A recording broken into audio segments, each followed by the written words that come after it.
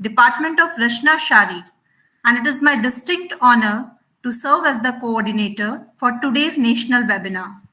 It's my great pleasure to welcome you all to this scholarly assembly focused on the scope of 3D printing in Rachana Sharir, current applications and future directions. We are delighted to be joined by the illustrious figures from the field of Rachana Sharir and participants from a myriad of institutions, departments, and professional backgrounds.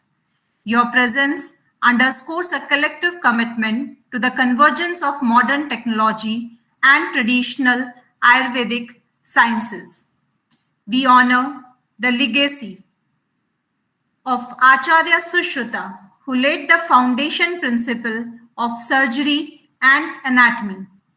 Sushruta's contribution have been instrumental in shaping medical science, emphasizing detailed anatomical knowledge and surgical precision. Reflecting his holistic approach in the adage, Ekam Shastram Adhyano Na Vidyat Shastra Nishchayam, Tasmad Bahushrutah Shastram Vijaniyat Chikitsakah. We aim to integrate traditional wisdom with modern technology. The genesis of 3D printing dates back to the 1980s, credited to Charles Hull, the pioneer who invented the first 3D printer. Over the decades, the technology has evolved significantly with advancements in precision, material, and speed. Commonly referred to as additive manufacturing, 3D printing epitomizes the innovative process of fabricating three-dimensional objects from a digital blueprint. Today's webinar aims to explore the fascinating world of 3D printing and its potential applications in Rachana Sharir as educational tool, as a research paradigm, and a customized implant solution. Our discourse today aims to illuminate both the current implementations and the expensive future prospects of this groundbreaking technology. So, without much ado, I would like to invite our organizing secretary, Dr. Isha Harswani, Assistant Professor, Department of Rachana Sharir, NIA, for the welcome speech and introduction to webinar theme. Over to you, ma'am. Thank you. Thank you, Dr. Rashi. Good afternoon, everyone. Namaskar.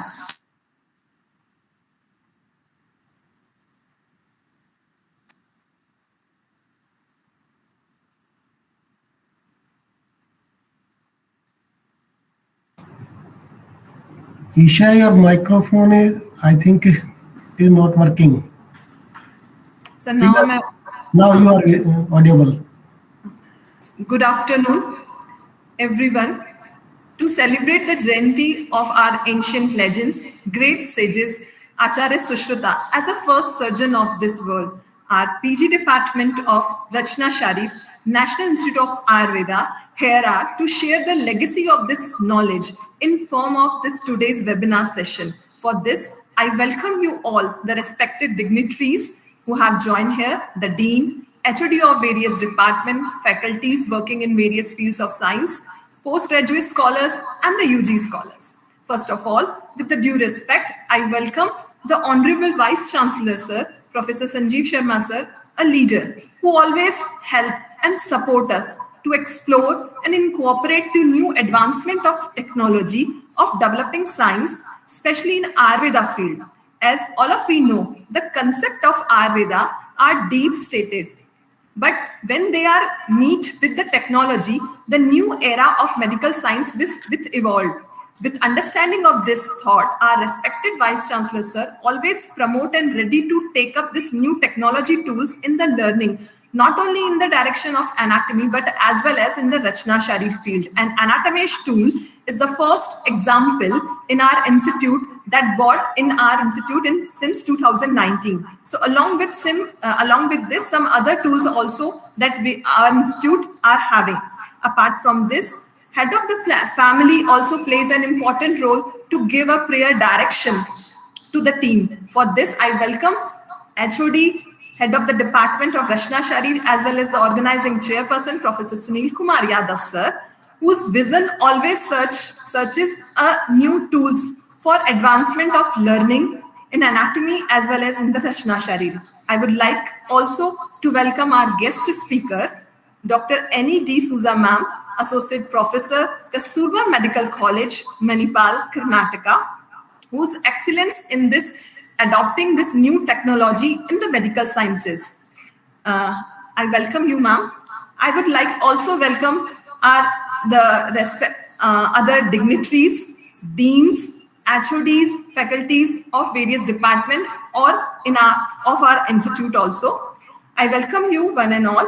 As Acharya Sushrut mentioned that in Samhita, the yoga is the important tool for learning, not only from the surgical point of view as well as from the clinical point of view also, as mentioned in the text. Dr. Rashi, can you just share that PPT image?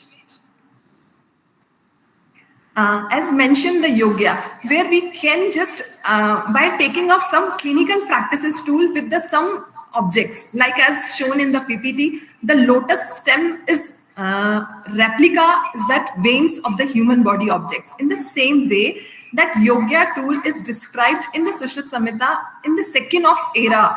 So that means the kind of a practicing of the tool before entering into the clinical objects or before entering into the surgical, their excellence, this is needed. So in that sense, whatever present in our bodily part, we can adopting by adopting of some kind of a technology like as a plastination or like as a today's 3D printing machine, that body systems or bodily part we can achieve in our hands, that a replica of our body parts we can arrange it. So like as same models are today's in present era, there are lacking of accurate models present, is difficult to find in the society. So how can we just target to our beginners of the Ayurveda or beginners of the medical science to particulate the such kind of internal and external structure of that model? Same way, the printing tool, the 3D printing tool is the key solution to achieve the natural aspects of the body parts as well as the unique creation of the nature that we can replicate by the human body through the tool of plastination. This tool not only achieve the excellence of the our visions, but also we can touch that specimen. That is prime requirement for the student. So to get into more into this information or the technology of this tool, the today's present webinar session is focused on that. With these words, I just conclude my words. Thank you.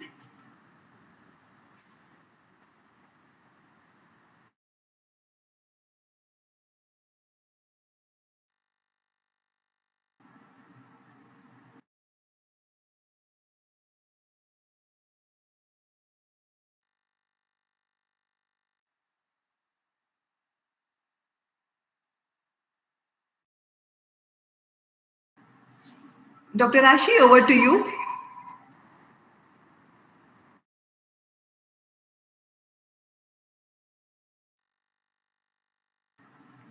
Dr. Rashi?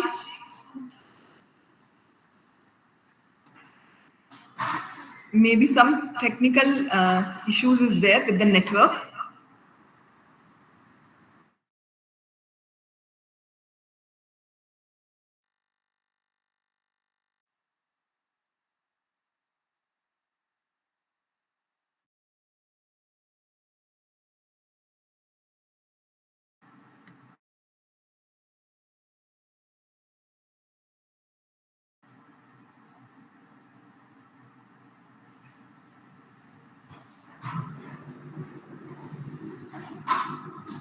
Is that I'm audible now, right now? Yes, Dr. Rashi, please go ahead. Thank you so much, ma'am. Now, I would like to invite our organizing chairperson, Professor Dr. Sunil Kumar Yadav, Head of Rachana Sharir Department, NIA, for his valuable insights regarding institution and Department of Rachana Sharir. Over to you, sir. Thank you. Thank you, Dr. Rashi. Om Shri Krishnaya Vasudevaya Namaha. Respected Honorable Vice Chancellor, sir. Today is our guest speaker, Dr. Annie D'Souza. All the faculty members of the department and the different from the different institutes, all the PhD, PG scholars, and all the participants, those are joining this webinar. So today I have an opportunity before I am giving my speech. I want to share the insights of NIA that every and each person who is working in any institute, it is a responsibility of that person that first slide should be made for their institute. It should be dedicated for your institute. So this National Institute of Ayurveda, it has a legacy of near about 200 years. It was started in 2 rooms in a Sanskrit college, and in 1946 it was adopted from the government of Rajasthan and tagged as State Government Ayurvedic College, Rajasthan. The good governance from this institute was continued, and from these pioneer services, due to the government of India adopted this institute in 1976 and promoted as National Institute of Ayurveda. In this successful journey, Honorable Prime Minister dedicated this institute on 13th of November in 2020 as a deemed to be university and dedicated to the nation. So this is the short journey about the how this institute was working from last 200 years and how we are serving for the nation. In the same way, our department is working in the different field of the Rachana Sharir. This is our department where we are sitting and working regularly. We have lots of assets in the department, like a virtual dissection table. It is a unique tool, and in the field of Ayush sector, we were the first that we have adopted this technology, and right now we are in the pipeline of the 3D printing technology. So as we are the NIA, so it is our responsibility that at the same time we set some criteria for the teaching and research purpose also.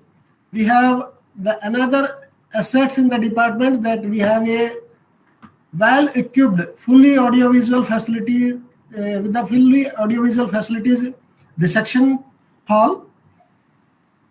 Next. The new technology we also welcome in our department. This is a technique that we are doing the lumen casting technique for in the Gotland. So how we can develop our museum? This is a latest technology, and lots of in the last time in the last year we have conducted a workshop also on this technology, how we can make the plastination models for the department and for the teaching purpose also. Next. It is a well-developed museum we have, and we have the few unique models like a lumen casted got lungs, sheet plastination technique. We are in the process of the sheet plastination technique also. We are establishing, we are trying to be established in the department also. So these are the few things I want to be share with the audience. Those are sitting in the different part of the India and they are joining this webinar. So what is the requirement of 3D printing? Friends, it is a need of this era that we will adopt the new technologies for the teaching and for the research purpose, because our Acharya Shushrut give us in a sutra roop, and now we are elaborating the things accordingly. But it is a requirement also of this era that like AI and 3D printing, these are the latest technologies. Those are in the field of, they are also contributing in the field of medical sciences. So there is a very good scope of 3D printing in the field of Rachana Sharir also. And it is a project of our department that we will establish this technique not only for our department. It is an interdepartmental program because they also it is very helpful into the surgery also and in other departments as Dr. Isha shows the yoga practices into the Sharir. So we can prepare a normal human model also for the clinical practices. We can make a pathological. We can make from the CT and MRI. We can print any model. So it is a requirement of this era that we can adopt the new technologies for the teaching and research purpose. With these words, we want to be eager to listen today's speaker. Thank you so much. And this is unique program that is body donation program conducted in our department. And the SOPs of this department, this program is very unique. Right now, the association of the department and the society is very much appreciated by the society, and the practices of this department is very much unique. That's why the society, those are providing the cadavers to this department, they always prefer to give the cadavers to this department. So with these words, I hand over to Dr. Rashi. Thank you so much. Thank you, sir. Thank you so much for your valuable insights. Our VC sir want to join with us, but due to some meeting schedule, he's not with us right now. So moving towards our guest speaker, with a brief introduction and the thought behind conducting this national webinar, let us now move on to our esteemed speaker, Dr. Annie D'Souza, Associate Professor, who will delve deeper into the topic and share her valuable insights. Dr. Annie D'Souza is a passionate medical educator interested in clinical anatomy and educational research. She completed her MBBS from Yenepoya Medical College, Mangalore, and post-graduation in human anatomy from St. John's Medical College, Bengaluru. She had pursued a postgraduate diploma in bioethics and medical ethics in 2019. She is currently working as Associate Professor of Anatomy at Kasturba Medical College, Manipal, India. She is a trained instructor for basic and advanced cardiovascular life support, recognized by the American Heart Association. She had authored over 60 publications, including 2 patents and 1 copyright. She is serving as a senior editorial board member for BMC Medical Education and is currently guest editing their special collection on medical education in India. She is a fellow of the Foundation for Advancement of International Medical Education and Research. She was recognized for outstanding contributions with an associate fellowship from AMI in 2023. So, hereby we invite our guest speaker, Dr. Annie D'Souza. Welcome, ma'am. Over to you, ma'am. Thank you, Dr. Rashi. That was a vast introduction. I'm just a person, one among you, and even I belong to anatomy family, so we are no different. So good afternoon, all.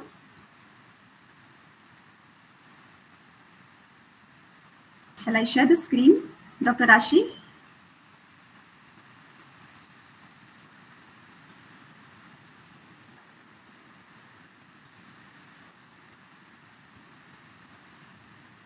Am I audible to all? Yes, ma'am. Thank you.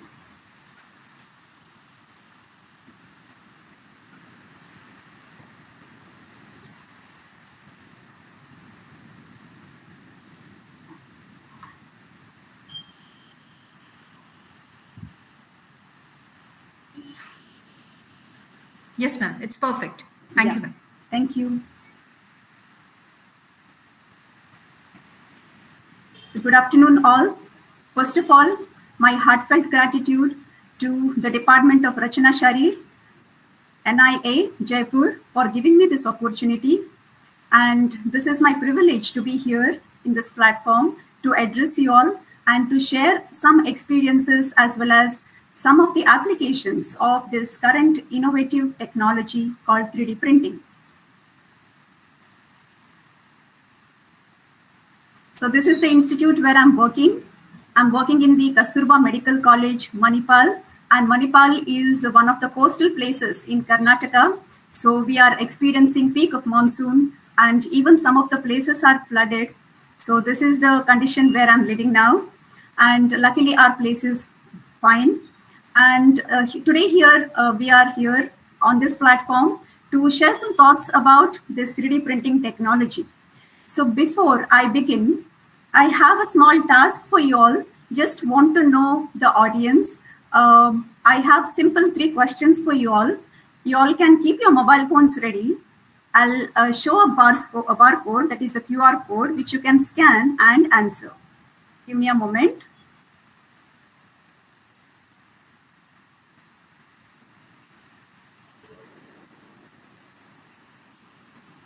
I hope everyone is able to see a QR code on the left side of your screen. Please scan the QR code and you can answer the questions. The first questions I will project. Now this is the first question. So you can just scan the QR code and you can answer this question.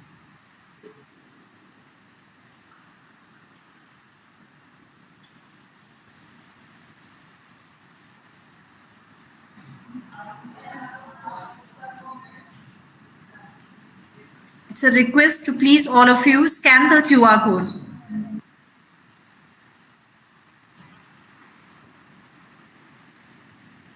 It has been shared in WhatsApp group also.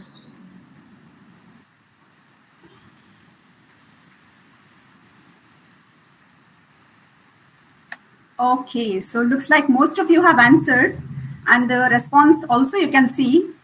It's nice to see a large student group. And secondly, we have academicians, clinicians. Clinicians are not there.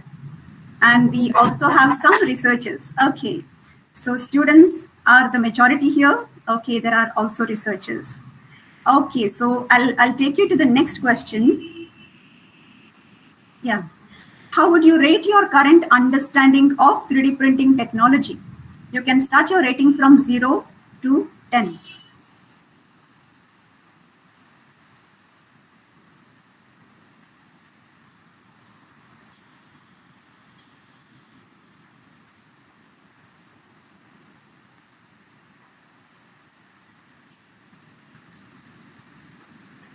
Okay, you can see the curve jumping, but the majority of you already have expertise in 3D printing. Then I think it should be more of a discussion rather than a one-way talk then. So I'll keep my talk minimal and we'll have more discussion on this matter. So I'll take you to the last question now. Right, your one expectation, you can tick one your expectation from this webinar. You can tick any of these. Whether you want to understand the process of 3D printing, whether you want to apply 3D printing in your practice in education, or applying this knowledge, or conceptualizing a research on 3D printing. Okay, the answer is quite clear. Most of you would want to know the understanding of using 3D printing in anatomy or the Rachana Sharir, how you can use it in education, followed by these are the other. So definitely my talk will focus on these requirements based on your expectations, and you can post your questions in the question answer box, or you can ask your question at the end of the talk in the Q&A session. So I'll close the poll now.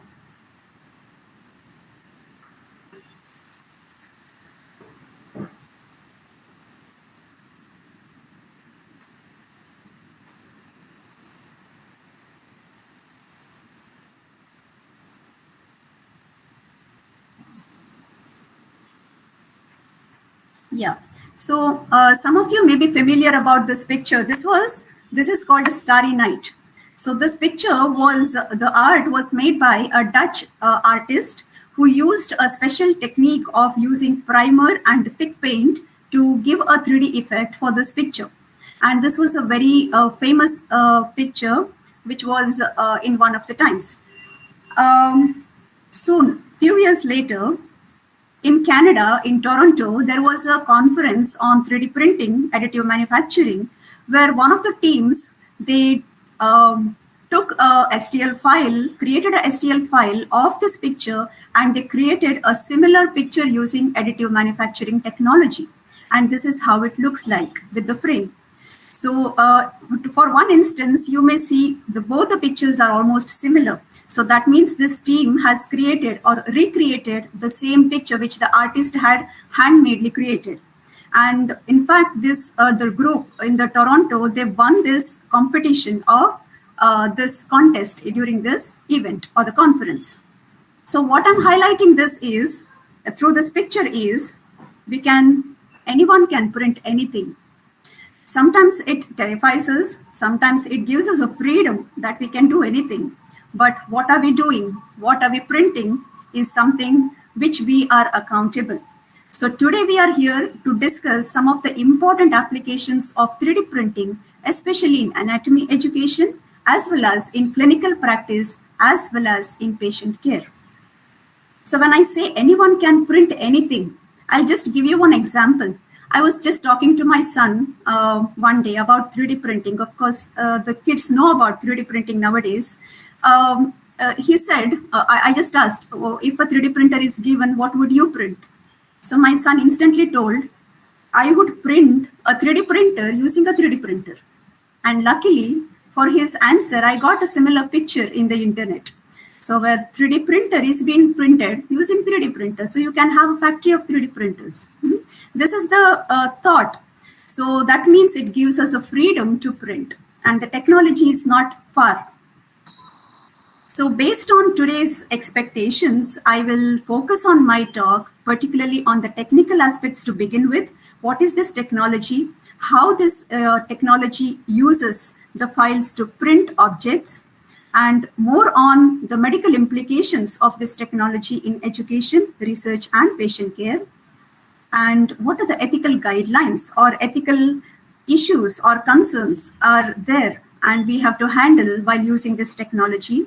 And also I'll take you through some of the advances like 4D printing and also about the bioprinting, which is the need of the hour. So as rightly told in the introduction of this seminar as well, this is not a new technology. The 3D printing technology was introduced in 1970s to 1980s, and the patent was filed in 1980s. The stereolithography printer was patented in the US, followed by which it has enormously grown, and the technology has enriched all the sectors, including in India. Most of the sectors are enriched by this technology. So when it comes to additive manufacturing or 3D printing, what is it? So what I understand, Ayurveda is very closely related to the nature. So I'll give you one example from the nature. So you can...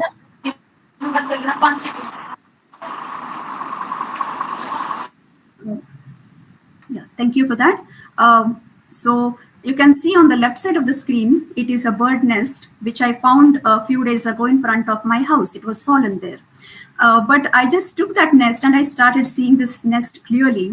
What I saw is it has a wire-like filaments, and the bird has used those wire-like filaments, and the filaments are bound together, and this nest is formed, a 3D nest is formed. It's quite beautiful.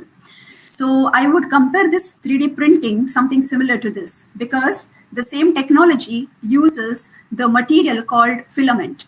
And this filament is bound together by means of heat, because the machine uses heat to bind the filament together, and finally a model is formed, something like this. This is the basis of how a 3D printer works and how it produces the 3D objects. So the material, it can be a plastic material, it can be a powder, it can be a resin, which is laid layer by layer. So when we are comparing 2D versus 3D printing, it's quite obvious that a 2D printer will use image or a document, whereas a 3D printer will use a file, that is a computer-aided file. And the commonly used file which a printer is needed is STL file. We call it standard triangle language file, or sometimes it is also called stereolithography file. So this file is needed as an input to the 3D printer. although it requires some modifications. And the output from the 3D printer is not a document or a 2D image, it's an object which we can hold and we can handle. And there are certain websites which actually help us to create these STL files for our purposes, and these are some of them. Autodesk Fusion, we have Tinkercad. If you are a very beginner and you want to explore what is creating an STL file, you can surely use Tinkercad. Even kids will love to explore this website. So this is about comparing between a 2D and a 3D printing. This is my favorite slide. So how this technology actually works. So briefly, I'll show you in one slide how this technology works. The main source of the 3D printing files comes from the DICOM images. Those are coming from the CT and MRI images. Particularly when we are dealing with a patient care, where we want to develop a patient-specific model, we would want to have a patient-specific DICOM file. Otherwise, even there are repositories which offer you a freely available copyright-free DICOM files, which can be used for developing models for educational purposes. And these are some of the links for those websites as well. Once we procure those DICOM files, there is a process to convert them into STL files. So this is usually done by certain softwares, and these are the slicing softwares, and some of them are freely available. So the STL files can be developed using these softwares. Once the STL file is created, directly a printer cannot read an STL file. It needs slicing further. And that slicing is done by slicing softwares. And these slicing softwares are usually printer specific. So, and commercially they are available with the printer. So when we are buying the printer, a slicing software will be available with it. And even though there are some other freely available softwares as well.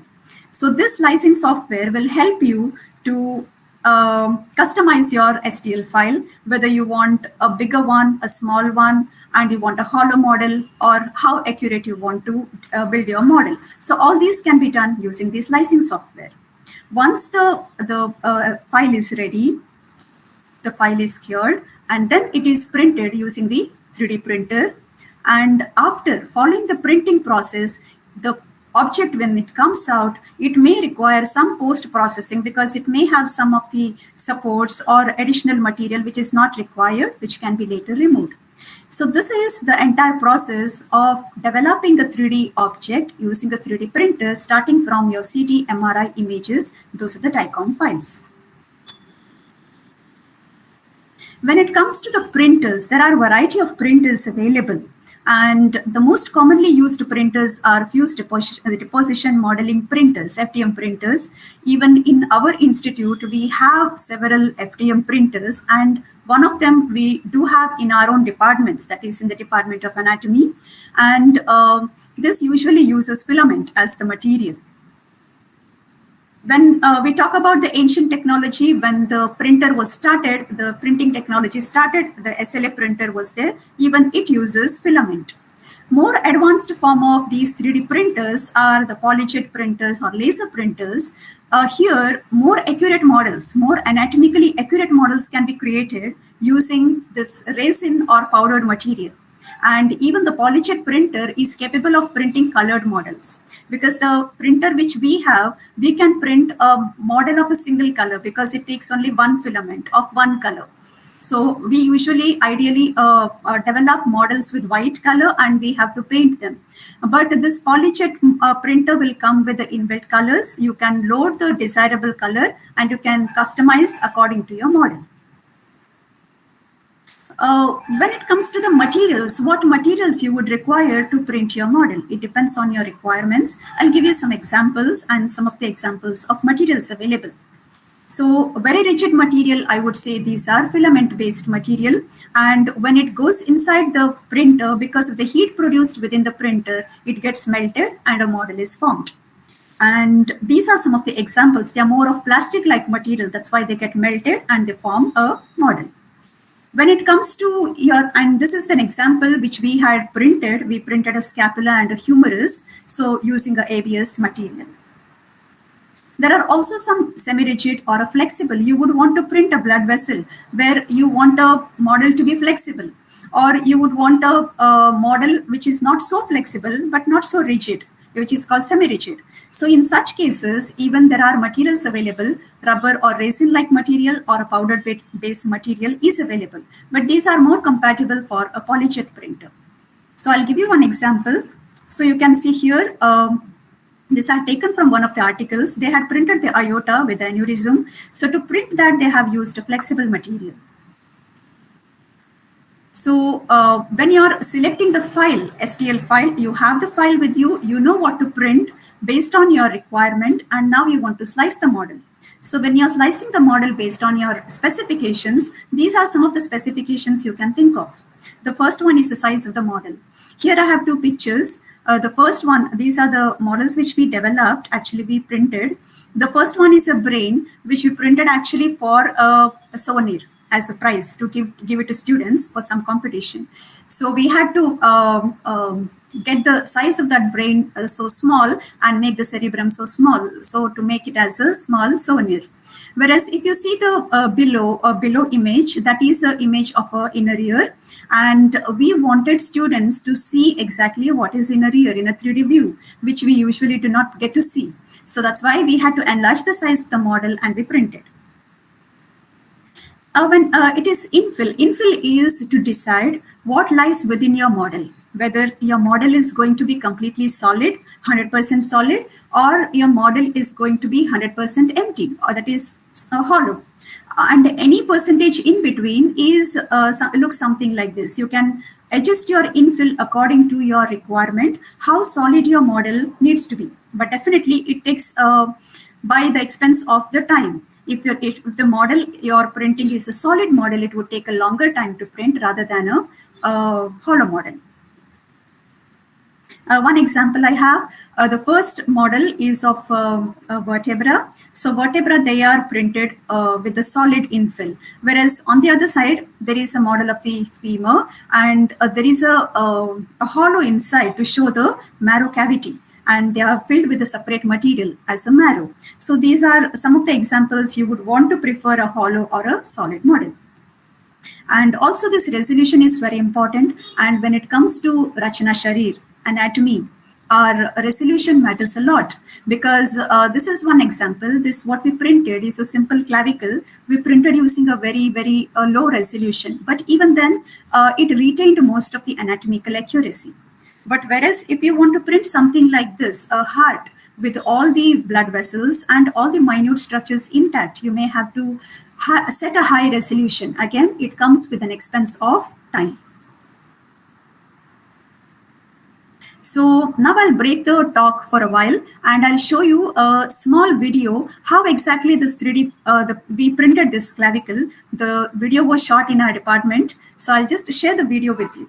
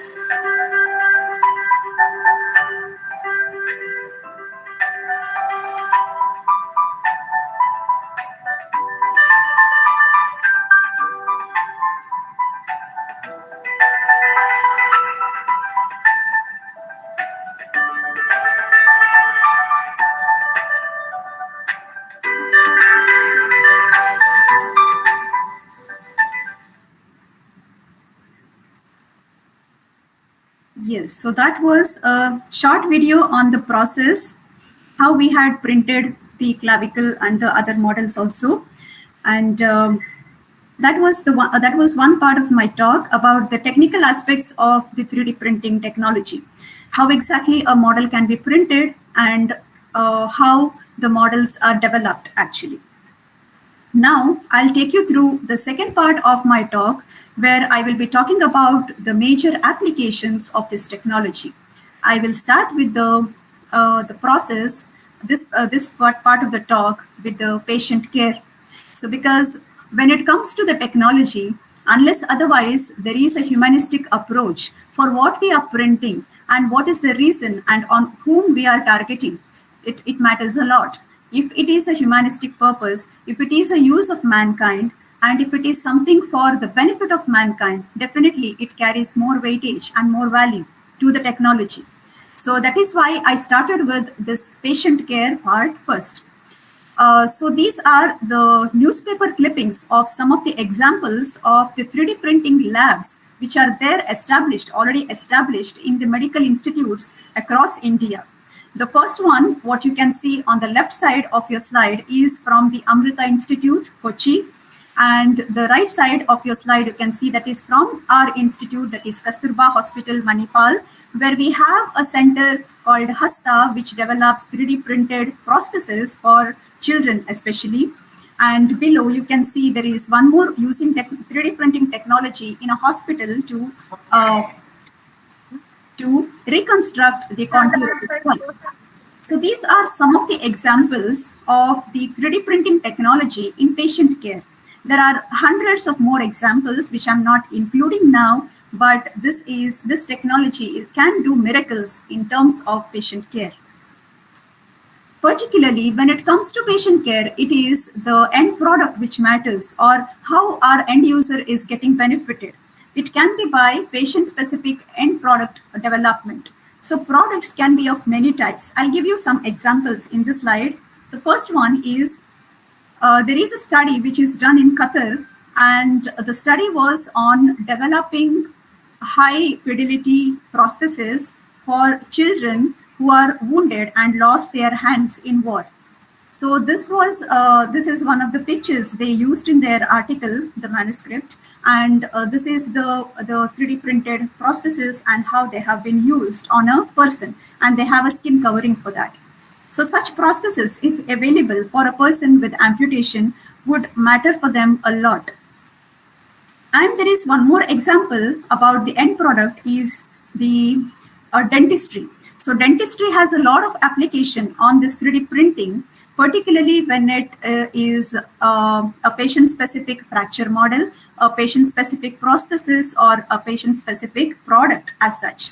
So this is one example where they have developed a patient-specific model to aid root canal treatment. And on the extreme right side, you can see a fractured mandible, which they have been printed to keep the pieces together and to place the plate on the patient. And the third example I can give you in radiotherapy.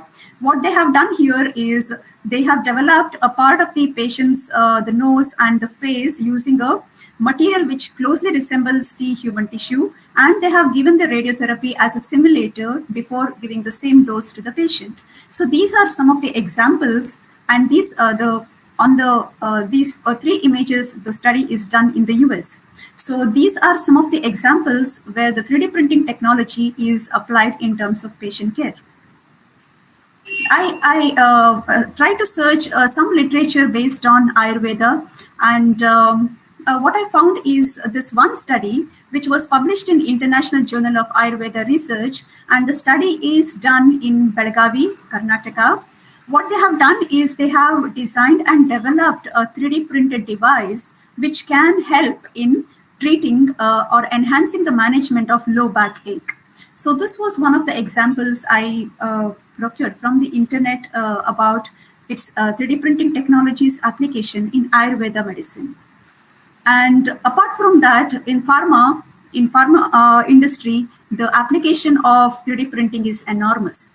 So nowadays, a concept has come that even the medicine or the drugs need to be customized based on the customer need, I mean the patient need.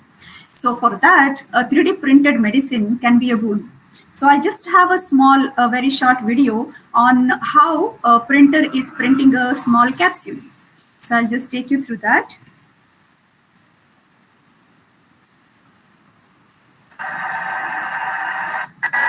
Yeah, these are the steps which are similar.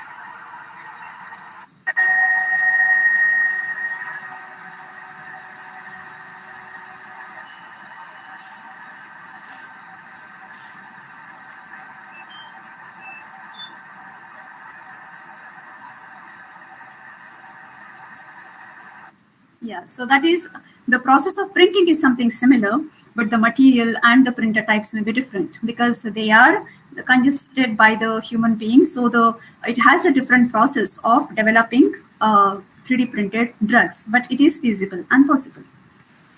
So that was about, in short, about patient care. Moving on towards patient communication. This is one of the recent advances in 3D printing and very basic advances, which they use 3D printed models to teach patient about a surgical intervention or any procedure which the patient is undergoing. So this is something which is very relevant even to our setup. Considering the patient load, the doctor-patient ratio, the clinicians are at a very, very busy schedule, but still explaining a patient in a very, very short span of time is very important. So consider this graph on the left side of the slide.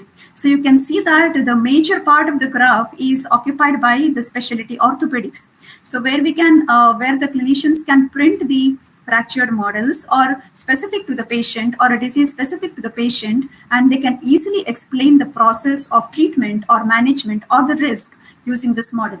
So this usually has a benefit on this shown in this logic model because it becomes very easy for the patient to understand what the doctor is speaking in a very short span of time, and even the patient will be able to hold and see what is wrong with my tissues, and also it increases the patient doctor-patient relationship, enhances it, and as well it increases the compliance and reduces the conflicts. So this is one of the emerging fields even in India we can definitely practice. And the literature, what the review which I had read strongly recommended, they want studies with a long-term follow-up. How exactly the patients are benefiting out of this technology. So coming to the core of this talk, that is, most of you, I'm sure you all are teaching or learning anatomy or involved in any part of any field in anatomy. Considering that, we'll spend some time on how exactly this 3D printing technology can enhance our anatomy education. Firstly, I would say that anatomy itself is a complex area or a complex and vast subject. So to comprehend it, there are many ways already in place, and I was very happy to see the department of Rachana Sharir, NIA, Dr. Sunil Kumar Yadav explained about all the advances which are there in the department. I was very fascinated to see that. Anatomage, 3D printing, of course, you have now, and there are a lot more of the plastination, the casting techniques. So it's a mixture of technology. But how well we can utilize for anatomy education, that matters a lot. So coming to 3D printing technology, there are complex anatomic structures which can be easily printed using this technology, and students will get a hands-on experience using touching and seeing those models and learning. I would give you one example of this, that is the model which is printed is a orbit using the extraocular muscles. How do they act? So we can print a long-lasting model based on that. Secondly, this example I had given you before as well. So this is the structures which are very minute in our body, and we are unable to show the students or explain to them using a simple cadaveric dissection. So such models can be easily built, easily developed with increasing the skill, and then we can easily use them for routine anatomy education. Next example, you have a lot of most of the colleges, even in India, we rely on cadavers, and still the cadavers are considered as gold standard for dissecting and learning anatomy. However, there are places, the number of colleges are increasing. We already have now nearly 700 medical colleges in India. Considering the load of the medical colleges and the scarcity of the cadavers, definitely there is a need for a substitute.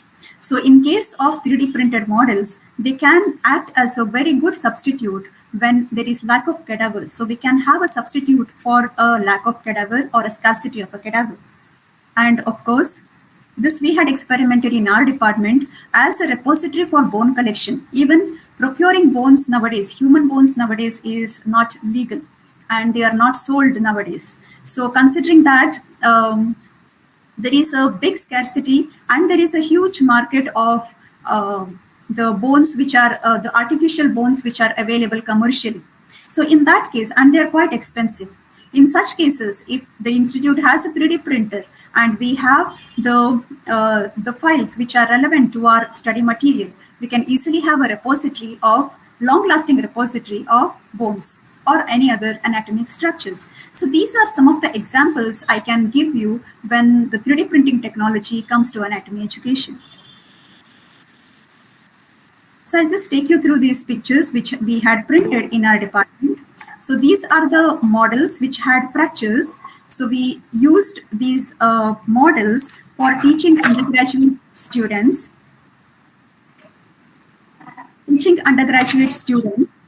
for osteology when we are teaching them the osteology classes. So it was a very, I think there is disturbance. Yeah, thank you. So these models we had used for routine osteology classes, and we asked students to share their experiences of using such models in a routine osteology classes.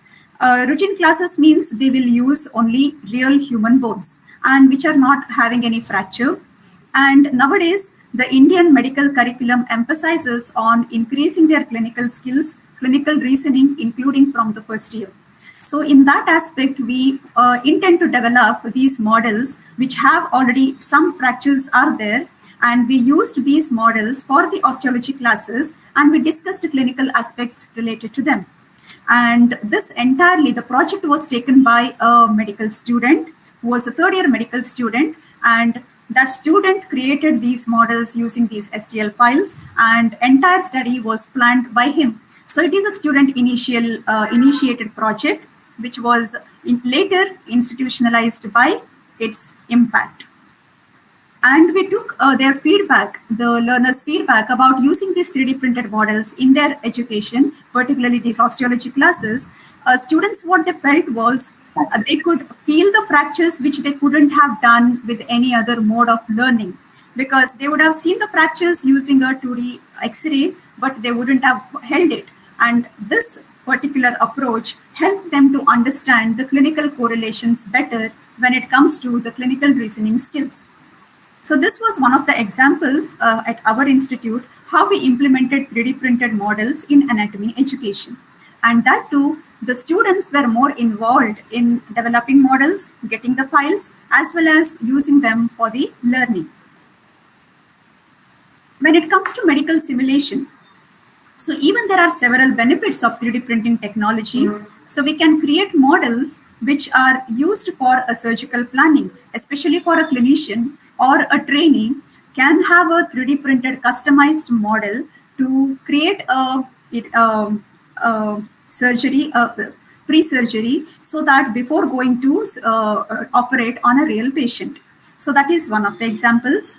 And the second example I would give, this is open tibia, which we printed in our department. It has a very simple syringe inside, a hollow tibia, and a small covering.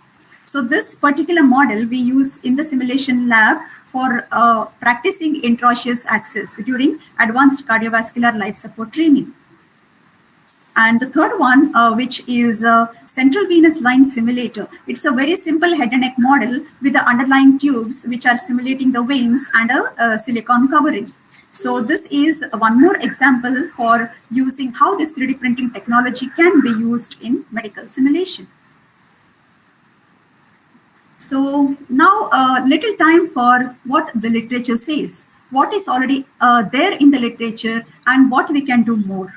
So I just put a small search on the PubMed platform, and I used advanced search with some important keywords on highlighting these: medicine, 3D printing, medical education, surgical planning, patient education. So to be little broad.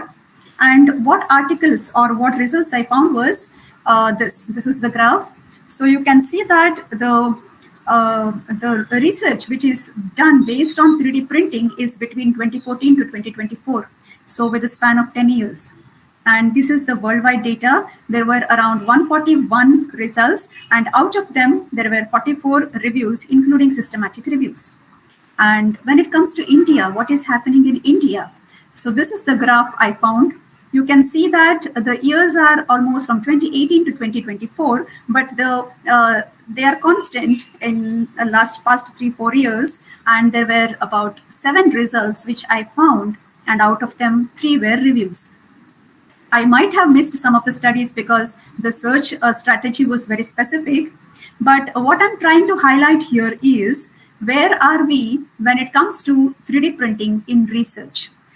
So we have technology, we have the printers, and we know what to print, and we know why to print. But then the data, which is published data, is something which is lacking from India. So that is something which is making not visible what we are doing. So if that is taken care, so then application of the 3D printing technology in India as well can be visualized all over the world. So I'll give you the next slides. I will show you some of the examples from India, the research from India, what they are telling. So to begin with, one of the systematic reviews, this is a general systematic review. This is not from India. This is from the US. They are saying that the 3D printed models, they really help teaching, and they really help in short-term comprehension. And however, how effective they are when it comes to a long-term, and how effective they are when it comes to patient care, needs to be explored using a longitudinal approach. Now I'll take you through the systematic review, which is done in India, Asghar et al., and it is from the team which is based in India. And what they are saying is, it is something relevant to our context as well. They definitely say that 3D printing tools are superior to the traditional or conventional teaching methods, and they increase the factual knowledge and student satisfaction. And they are a boon for a newly established medical institutions where there is lack of cadavers. So these are some of the aspects which they have highlighted. Yes, here is one more example, again with the dentistry, and this is from India. And what they have done is, they have used a 3D printed mold to fix the subluxated patient's tooth. And there is one more example I'll give you. This is surgical planning. So surgical planning is being done using a 3D printed model of the patient's kidney having a Wilms tumor. Wilms tumor is a tumor which is there in the kidney of a child. So it's a huge tumor and it has a genetic predisposition. So before surgery has to be planned, this 3D printed model aided the surgeon to have a clear idea about the tumor and the surgery.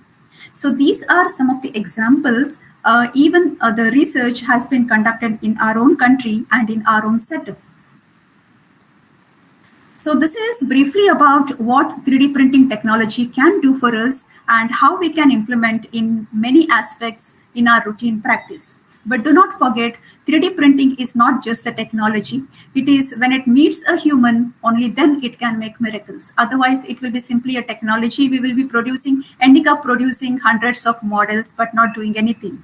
But we need to focus on the end product or the end benefit, who is getting benefited and in what matter and for how long. If we think in that way, definitely this 3D printing technology can make miracles. So now I'll take you through some of the recent advances in 3D printing in two to three slides now. One of them is 3D bioprinting. And though I'm not an expert in this particular field, bioprinting, I got an opportunity to attend a hands-on workshop recently because we do have a 3D bioprinting center in Mahe, Manipal Institute here and in Manipal. So I attended this workshop where I learned a lot about this 3D printing and how it can be applied. The basis of this bioprinting is they use something called bio ink. Instead of a filament or a material, they are replaced by bio inks. Bio inks are nothing but the biocompatible material on which human cells or any cells can grow. So this is the basis of 3D bioprinting, and they can construct or develop tissues or organs. Why this is needed? So according to Times of India news, it was little old news, but I can state now as well because it is an existing problem. Around more than 20,000 people die every year in India due to lack of organs. So because why there is lack of organs? Because there is no donor available, or if the donor is available, it is not compatible, there is no matching, and there is organ rejection. These are the main reasons. So if this is a major issue because which the people are dying because there is lack of organs, 3D bioprinting can be something which can be life-saving to these people.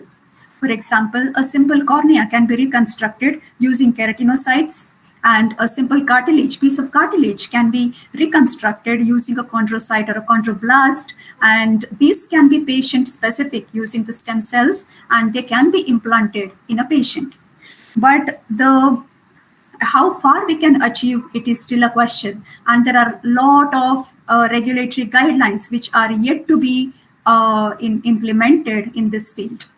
So yeah, this is the team which I had this workshop with, and on the left side of the slide, the process of 3D printing, the 3D bioprinting is shown.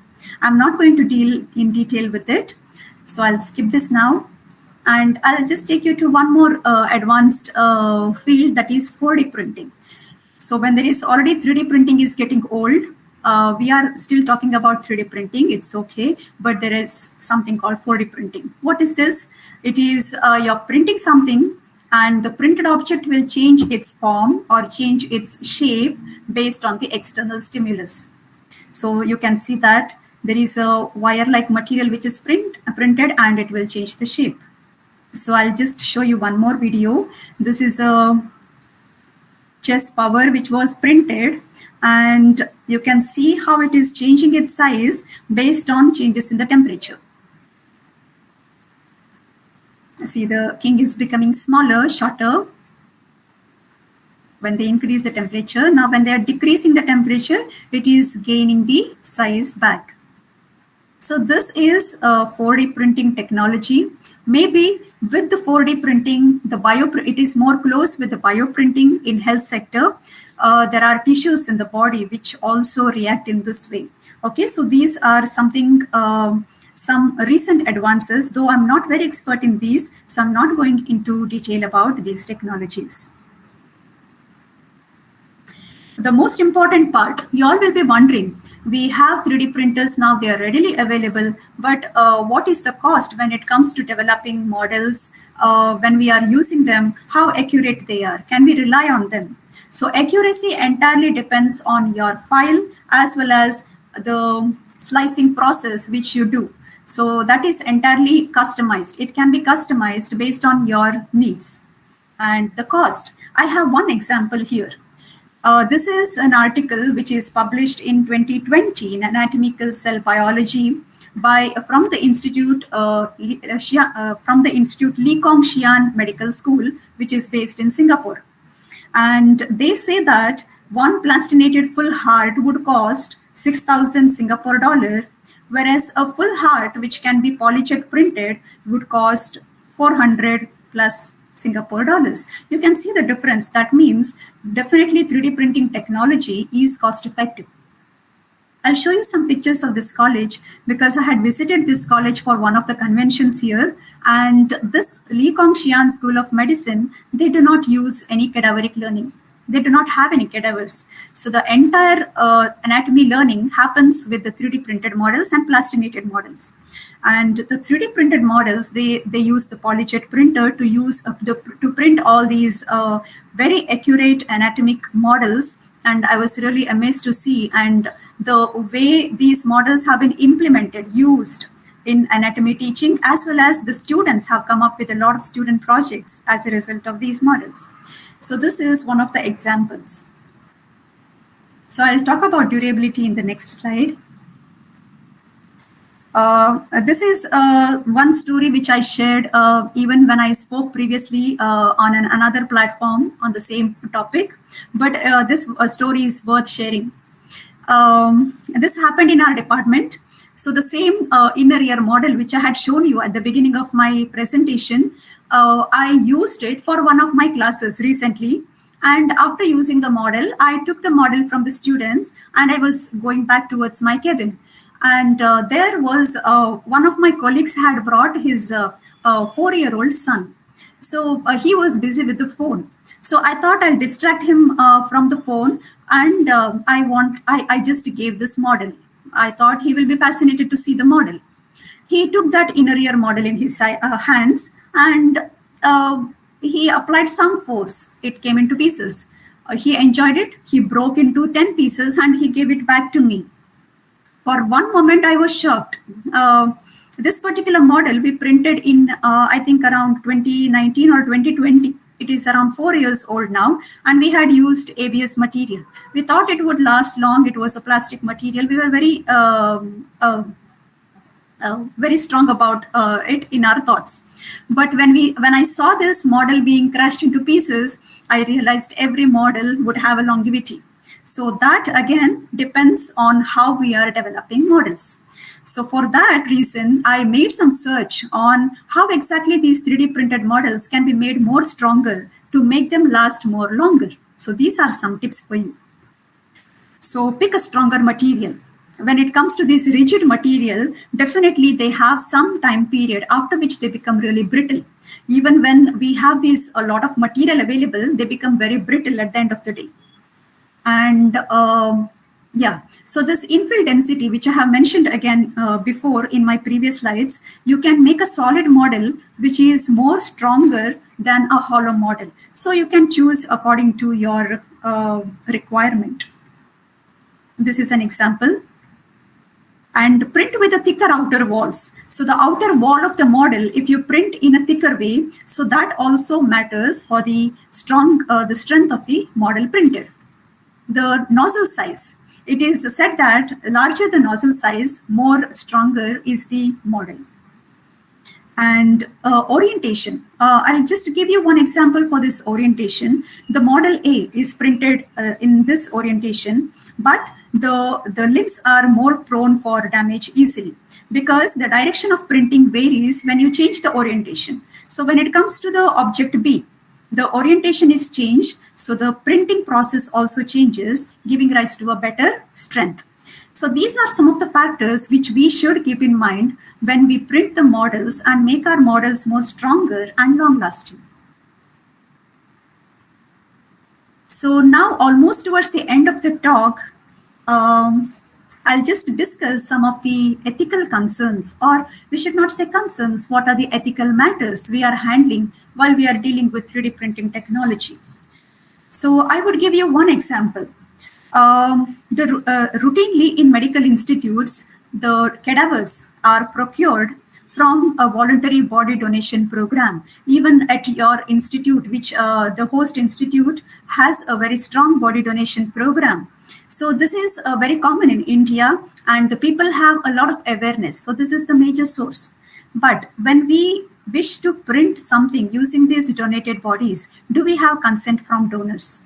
So that is one question which needs to be addressed. So we need to have a consent in place before consenting the donor towards the body donation program. So we can have a consent in writing saying that we have a consent, I have a consent to make 3D printed body parts from using my body after my death. So this can be included as a consent. And apart from that, these are some of the other questions. Which part of the body are we printing? If we are considering any part which reveals the identity of the donor in any aspect, wouldn't be ethically sound. What is the reason? Are we developing models for educating our students? Are we using the models for patient education or patient care, or are we commercializing it? So to what extent we are using this technology based on the voluntary body donation cadavers? And who will be who will be using or who will be benefiting by these models? And what about commercialization? Again, there are a lot of concerns when it comes to commercializing the models. So definitely we do not have any right to, ethically speaking, we do not have right to commercialize the models which we are procuring from a donated donor.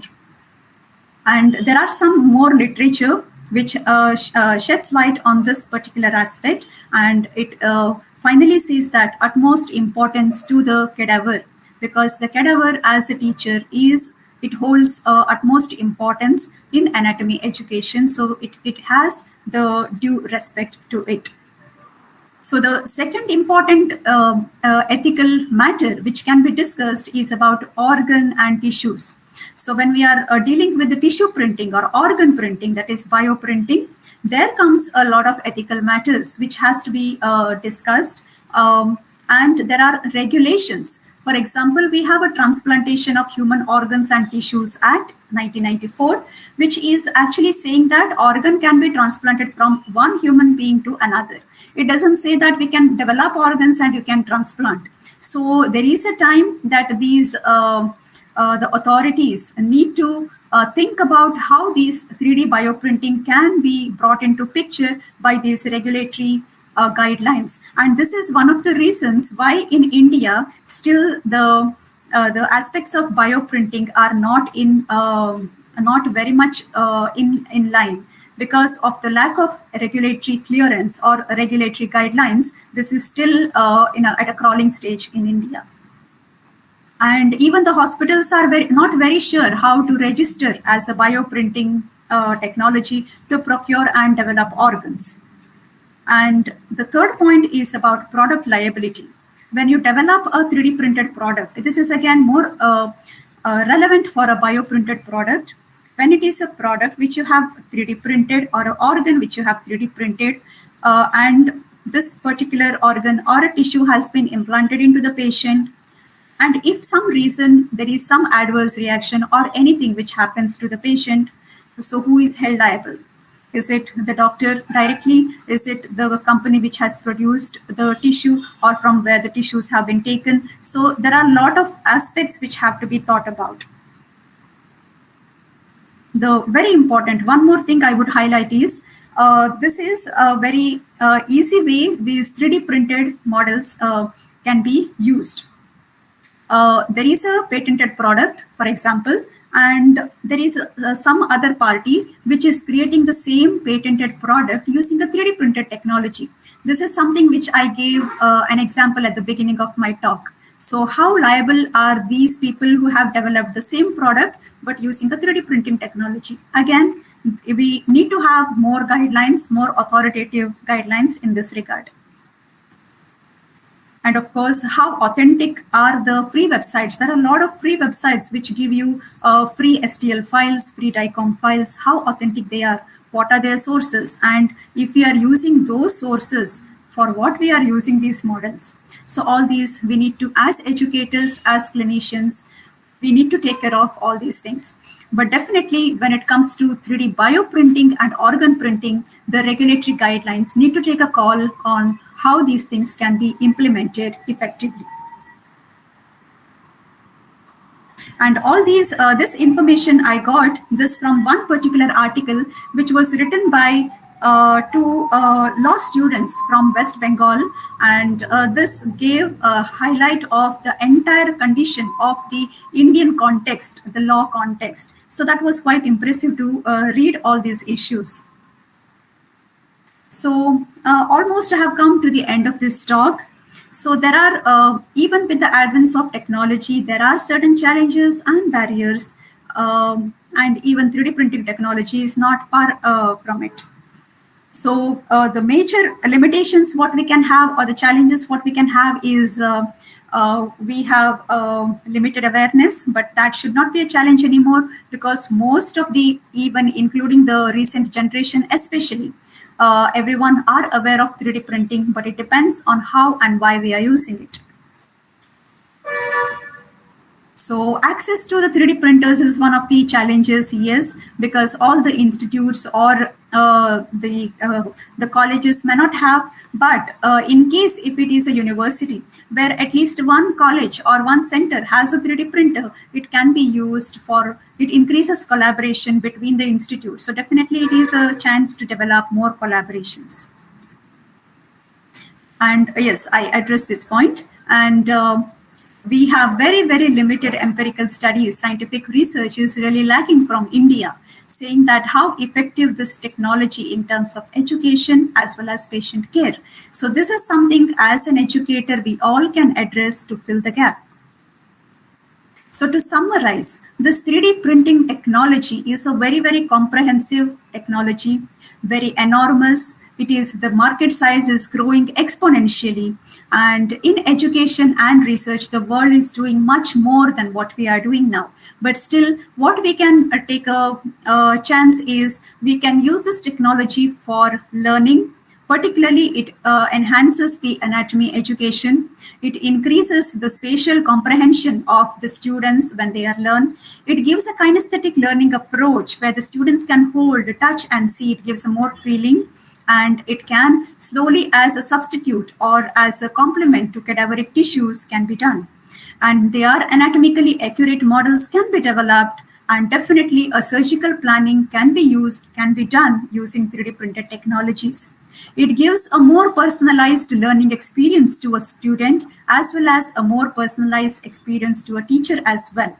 And the more patient-specific models or devices can be developed for a patient care or medical devices, prostheses, or in terms of patient communication. And of course, not to forget, this technology is not expensive.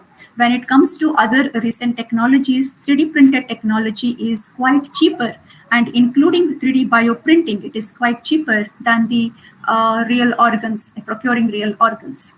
So this is the vast or the enormous view of how a 3D printing technology can be implemented and used effectively.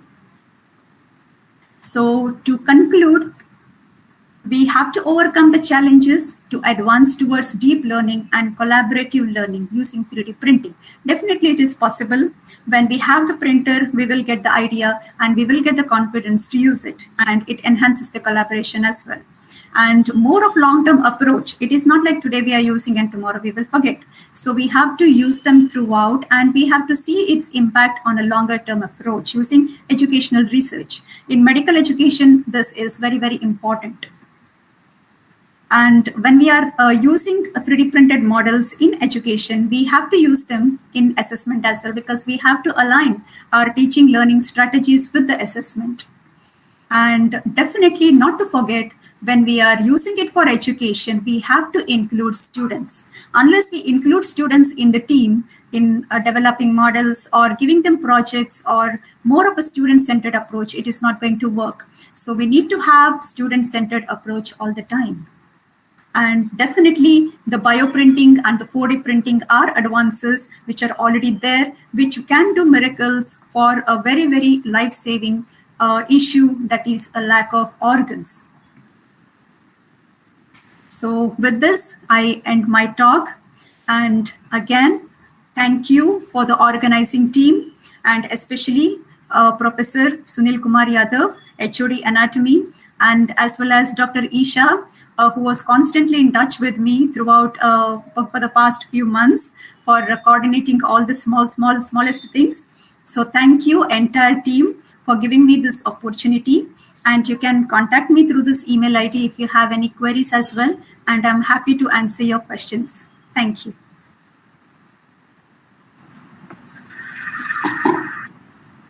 Thank you, Dr. Annie.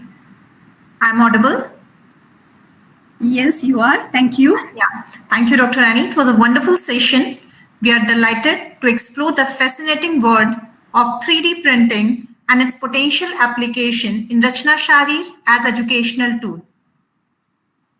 Thank you so much, and thank you for all your attention to all the audience. I hope you find this webinar insightful. Now, let's make this a fruitful session with active participation and discussion.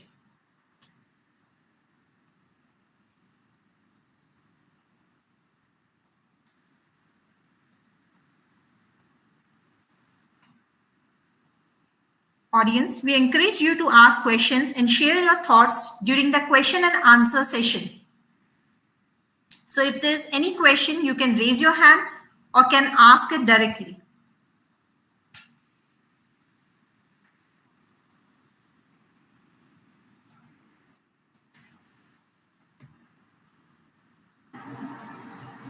Dr. Rashi, meanwhile, you can just ask those questions we have which are received already few in the chat questions. box. Yeah, we That have received already few are in the questions. chat box. Yeah. Okay, ma'am. We have received few questions. One amongst them is, can 3D printing match the minute structures and minor descriptions of an anatomical model like numerous vessels, nerves, etc.? To answer this question, entirely the accuracy depends on what file you have. So if your file has all these accurate structures, which are the minute vessels or a small lymph node you want to print or a branch of that vessel, so definitely it will print. And also additionally, it will depend on what printer you are using. If it is a high fidelity printer, which can print very, very minute structures as well in a minute detail, definitely you can print. Okay. Ma'am, one of our viewer has also asked that how will it help in kinesiology?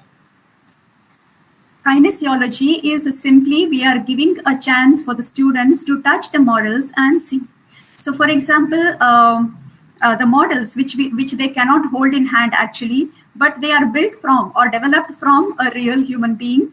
The files from the real human being, they are accurate, so they get a feeling of touch and learn. So it is a feeling of touch and learn. So that is more of a kinesthetic feeling. Okay. Ma'am, one more question is there. Plastination and 3D printed model. Which one is more cost effective, long lasting, and worth to have? Definitely, the 3D printing technology is cost effective exponentially. So if you consider a model which is developed by plastination, the process of developing is also, it takes a long time. It is a long time process. So considering that 3D printing process is short, it doesn't take much time and it will develop cost effective models. And coming to the longevity, this I think I have addressed in my talk. So it depends on what materials we choose and how strong we make the model using slicing softwares and how we make it more more durable by changing all these nozzle size, material, and making the model more solid. So there are many ways to make a model more stronger and long lasting. One more question from one of our audience. How to do polishing for EBSD of TI6AL 4-volt alloy fabricating by 3D printing? I really did not get the question. Can you please repeat? It's about the polishing for the material. Like they have mentioned some EBSD material of titanium 6 aluminum 4-volt alloy. Okay, so this really requires expertise of the material, and I think the person who has some expertise with the materials can explain this. I really do not know how to polish the material. Yeah. Thank you, ma'am. One more question can we take? Yes, definitely. Yeah. Is polyglycolic acid, which is under the exploration for its use as supportive material in 3D printing, has there any advancement in that field? Again, it is, can you mention the material again? It's polyglycolic acid. Polyglycolic acid. As far as I have come across, the materials which are more of the plastic-like materials which are routinely used for basic simple models. And the hydrogel-based materials can be used for your bioprinting, because when it is more compatible. So in that case, maybe there is a chance that these materials, but these two are very different. So maybe there is a chance that these materials may be used in future 3D printing. Okay. Ma'am, one more question, that is, what are the most processing techniques recommended to enhance the durability of the 3D printed models? Post-processing techniques, yeah. Yeah. Post-processing technique, it is, they may not ensure your durability, because durability is decided by you when you develop the models. So all the measures you have taken to make the model stronger would help you to keep the model for a long time. But when it comes to post-processing, the post-processing mainly includes removing of the supports, additional supports, which the model will have when it is printing. So those removing the support, and then you may polish it from outside and you may paint it. So these are all post-processing, simple post-processing steps you can do. But when it comes to durability of the models, I'm in a doubt that it will increase or enhance. But the durability will definitely matter when you decide the durability at the process beginning of the developing model, rather than post-processing. Ma'am, amongst our audience, Dr. Kirti is there. She wants to ask some question. Over to you, Dr. Kirti.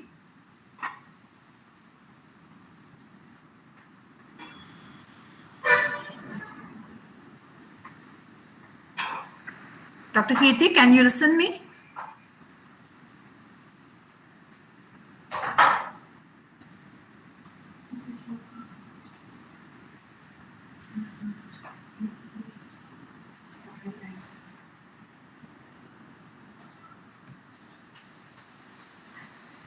Ma'am, it's written, what are the most common issues encountered during 3D printing? Can I ask the person who has asked the question to be little specific exactly what issues are you focusing or expecting? Is it technical, or your time, or what is it? Can we have a more clarity on that? Yeah, Actually, I ma'am, think. this is a message question. Hi, ma'am. So it will take Hi, some ma'am. time to clarify the issue. So we will Yeah, be back Hello, with ma'am. this question again. yeah. I think you can unmute and you can ask. Yeah. Yeah, already I have unmuted. Okay, yeah, thank you. Tell me. Yeah. Nice, very nice informative presentation, ma'am. Ma'am, in course of time, as well as sometimes, especially printing bones or sometimes organs, there will be some sort of difficulties might have faced by you, ma'am. That's I wanted to ask. Okay. What we have faced. So the main issue what we faced is, one is size. So every printer, when it prints, it has a maximum size beyond which it cannot produce a bigger model. So we have that size constraint. Particularly when we started printing this humerus and scapula, we could not print the actual size humerus and scapula because our printer prints the models smaller. So that was one constraint. So we had to scale down the size of the models and then we had to print. The second constraint was, even though we scaled down the model, we did not compromise on the quality. We wanted a solid model, but it was taking long time.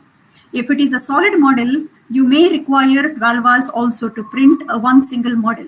So the department, working hours, all that will matter. So for that, we had to take help from another center where they run their printers 24 hours. So that's how we took help from them. So whatever issues we had, we tried to solve with our facilities available and with what we can modify with. Yeah, and I think, of course, the third one was the longevity. I never thought that it wouldn't last for long. So that was a surprise. So even that is a lesson learned for us. Yeah. Thank you, ma'am. Thank you. Thank you so much, ma'am. Thank you. Actually, there are several questions, but due to shortage of time, we would cover them. One more audience, can we take one more question, please? Definitely. Yeah. Um,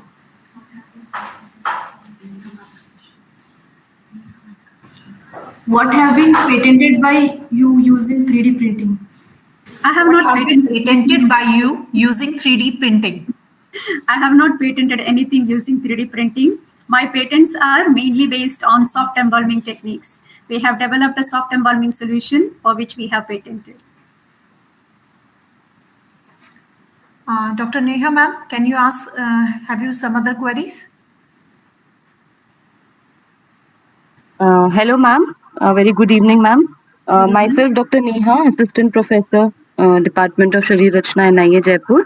I want to ask about if you can share me with some details about the patent you have done, that soft embalming material. Can you share me some details or some indication regarding that? What have you patented? It's the embalming fluid which we have patented. It's a soft embalming Okay, fluid. Yeah, it's we have patented it. Yeah. okay, So we have just filed the patent, so I cannot reveal much of details now. okay. Okay, Yeah. that's okay, ma'am. That's truly Right. okay. Thank you so much, ma'am. Thank you for clarifying. Thank you. Thank you, Dr. Rashi. Thank you Any so more much, questions? ma'am.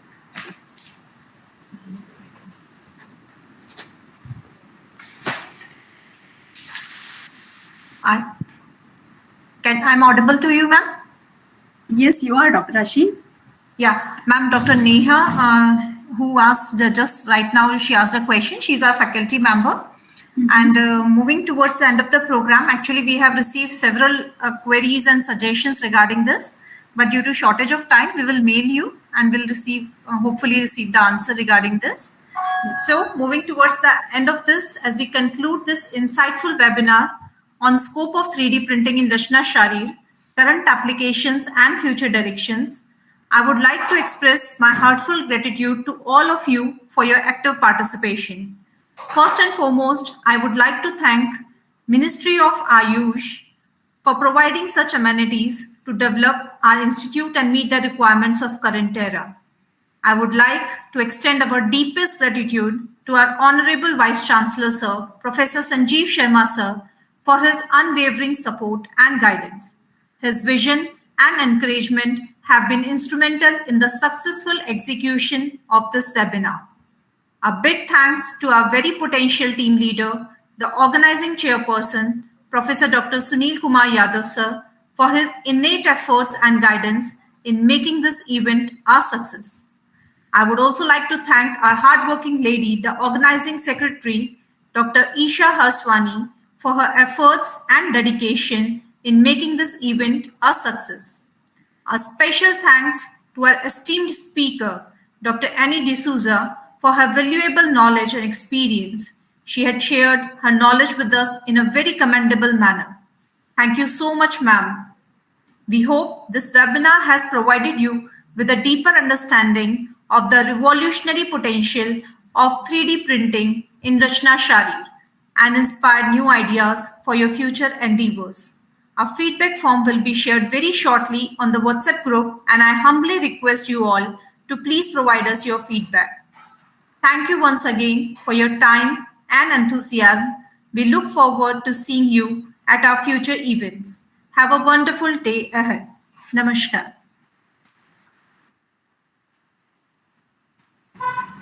Thank you. Thank you, ma'am. Thank you so much. Thank you.